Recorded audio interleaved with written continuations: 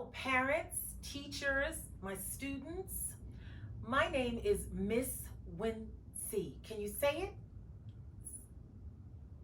Can you clap it? Can you snap it? Can you stomp it? And I am so excited that you've decided to join me here today. My friends from NJPAC Community Engagement and Arts Education asked me to put together a lesson that you could do right from where you are. You may have seen me out at your local libraries doing the Community Engagement Books on the Move program, but today we're going to have fun right from where you are. Now, parents and teachers, you stay right there because I'm going to be explaining the educational and developmental value of everything that we do here today. So now I have a question for you. Who can tell me how many times we clapped for Miss Wincey? This promotes math in the head, parents. Who said 3 times? Somebody said 3. If you have a different guess, shout your guess out right now. Somebody said 4. Sometimes we get 5. Some kids even say 100. Well, what we're going to do is we're going to prove it. It's cool to guess. Scientists, you guys have science in school, right? Yeah, they talk about the weather and the earth and plants. That's science.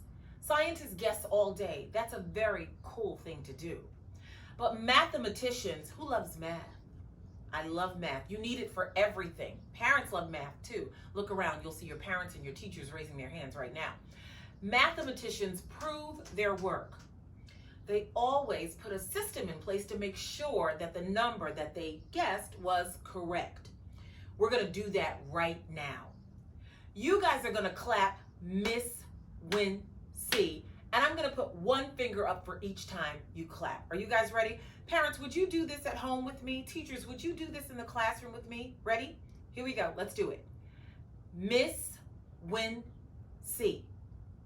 If your hypothesis, which is just a big fancy word for guess, was 3, give yourselves a big round of applause and kiss your brain. That's where we keep all of our information. All right, so first, parents, these are ordinal words. So first, we clapped it. Who remembers what we did second? If you said snapped it, you're absolutely right. We snapped it. Who wants to make a hypothesis? Vocabulary, parents. Again, who wants to make a hypothesis? That's a big fancy word for guess. About how many times we snapped for Miss Wincey. Okay, I'm hearing all kinds of numbers. Now we're going to prove it. Remember, mathematicians, people who love math, always prove their work. I love math because you need it for everything. If you know what today's date is, you'll realize that the date is a number. You like to go to the store. Who likes to go to the store? I do. You need math. You can't go to the store without math. You won't know how much money you need or how much change you get back. Your age. Who knows how old they are? That's right. Your age is a number. We need math for everything. That's one of the reasons I love math. So now we're going to see how many times we snap for Miss Wincey. Are you ready? Get those hypotheses together. Get your guesses together. Parents, teachers, we need those fingers again. We're going to clap it out, okay? Your parents or your teachers are going to put up 1 finger for each time we clap. Snap, Miss Wincey. You guys ready? Here we go. Miss Wincey. Let's do that again. It's important to snap because that's how we develop our fine motor skills. That helps us with penmanship or anything else we might need to do with our fingers. Right now, we're only using our thumbs on the phones and the computers, but we need to develop those other digits, okay? That's what they call our fingers, vocabulary, parents. Ready? Here we go. Let's do it again. Miss Wincey. Look around at your parents or your teachers or your older brothers and sisters, who's ever watching this with you. Let's see how many fingers they're holding up. If they're holding up 3 fingers and your hypothesis was 3, give yourselves a big round of applause. And don't forget to kiss your brain. Good job. All right. First we clapped it. Second we snapped it, ordinal words. Third, who remembers what we did third? If you said stomped it, You are exactly right. We're going to stomp it out this time, all right? But we're not going to have our parents or teachers show us their fingers until we give them a drum roll. Reason for this, parents and teachers, is because this is what you call kinesthetic learning. I want them to feel it in their bodies, okay? Are you guys ready? Here we go. Let's snap it out. Here we go. Miss Wincey. Wait. Don't show your fingers yet, parents and teachers. How many did that feel like in your body? How many stomps did that feel like? Most of you are saying 3. All right, let's give our parents and teachers a drum roll. You ready? Ready? Here we go. Let's give them a drum roll right on our thighs. Here we go. Let's go. All right, parents, show us your fingers. If your parents are holding up 3 fingers right now, give them a big round of applause. Right. Parents, when you show the fingers or the total number all at once, that's what you call subitizing. Young kids have to know how to do that. Like when we throw dice, we can look at the numbers immediately and know exactly what that number is. Children have to learn that, and you can practice that with them. They'll learn to subitize. Okay, so let's get started. Anybody who knows Miss Wincey knows that I love books. Where are my students out there who love books? Raise your hand. Let me see you. Okay, great. And parents, teachers, if you love books, raise your hands. Okay, raise your hand. The kids are watching. Okay, look, see, even our parents and our teachers love books. If I were to walk you through my house, you'd see Miss Wincey has stacks and stacks of dozens and dozens of books. I love books because anything you want to know, anything you want to do, anything you want to be, anything you want to learn, any place you want to go, anything you want to cook, you can learn about it by reading a book. That's right. They can never hide anything from you as long as you can read, because everything that you need to know is inside a book somewhere. So that's why Miss Wincey loves the library, but we buy a lot of books in my house so that we have our own library in our home. Today, I'd like to focus on a book about a lady who I loved. And I love her story because when she was little, she wanted to be a singer. And she grew up, and guess what she became? That's right, a singer. And Miss Wincey has a similar story because when I was little, I wanted to be a singer and a teacher. And guess what I became when I grew up? That's right, I'm a teacher who sings and a singer who teaches. Exactly. And you know what? If it was true for this lady, and it was true for Miss Wincey, then it's true for you too. Anything you want to be, you can be just that when you grow up. So I'd like to take a moment now to find out who's in the room with me. I want to know what you want to be when you grow up. If you are watching this with someone, turn to them right now and say, when I grow up, I'm going to be a... And if you are watching this alone, tell Miss Wincey. Go ahead, right now. That's great. I heard lots of answers. I heard engineers. I heard doctors, specific doctors like veterinarians. I heard dancers, specific types of dancers. I heard ballerinas. I heard singers. I heard teachers. I heard musicians. All of those are such valuable, what'd you say? Oh, firefighters, police persons. Absolutely. We need all of those professions, and I'm already proud of you because I know you're going to be exactly what you say you want to be when you grow up. All right, so you guys have done a wonderful job of clapping, making hypotheses, doing math in your head, and proving it. So now I'd like to share one of my favorite stories with you. From the Books on the Move series, the book is called Skit Scat Raggedy Cat. Can you say that? Skit Scat Raggedy Cat. Again, Skit Scat Raggedy Cat. Again, Skit Scat Raggedy Cat. It's a fun name to a really cool book about the lady that I was just telling you about. Her name is Ella Fitzgerald. Let me hear you say Ella Fitzgerald. One more time. Ella Fitzgerald. You may have never heard of Ella Fitzgerald before today, but it's okay because Miss Wincey is going to read her story to you from this book, Skit Scat Raggedy Cat. Skit Scat Raggedy Cat. This is the story of Ella Fitzgerald, the famous jazz singer. You might have noticed that Miss Wincey has on an NJPAC shirt that says, "I am jazz." I happen to love jazz. Ella Fitzgerald was one of my favorite jazz singers. Ella cranked the handle on the phonograph and the three Boswell sisters crooned with honey in their voices. A phonograph is a record player, and a record was a big round disc that people used to use to hear music. You put a needle on it once you sit it inside the phonograph, and you could hear the music coming from it. After records, we went to 8-tracks, then we went to cassettes. After that, we went to CDs. You may have seen CDs around your house or in your classroom. And then all of the music went digital. So a lot of the music you listen to now is what we call streaming music.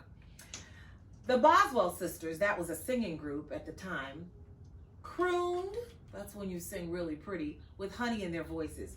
They sang a song called "When I Take My Sugar to Tea." It went like this.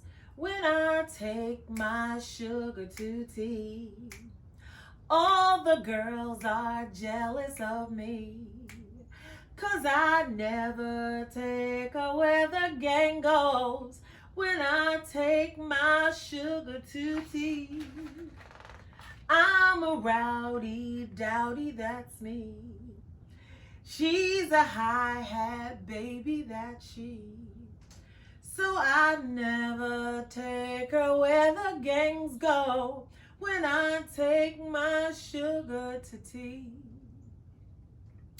The song danced in Ella's feet all the way to Benjamin Franklin School. That's the school she went to. The school was on Waverly Street. She leaned against the red brick wall and she sang that song, "Sugar to Tea." People crowded around. They loved the sound of Ella's voice. She didn't have much money, but she could always scrape together 75 cents for a new record. Ella was only 13 years old. Her mouth was big and her eyes was squinty. She wasn't the prettiest girl in the class, but she could dance. She practiced outside of the apartment on School Street with her friend Charlie. People loved to watch Ella dance. Harlem, up in New York City, was 45 minutes away. It was a world away, they said. There were new dances coming out in Harlem constantly, and people would get on the sidewalk and dance around the cracks. The bigger boys in Ella's neighborhood went and came back, and they taught those fancy dances to Ella. She longed to go to Harlem one day, but she was just too young. They climbed aboard the Rumble Rumble subway, Ella and her friend Charlie, and traveled for only 5 cents up to 125th Street. That's where Harlem is. Finally, she got her chance to go to Harlem.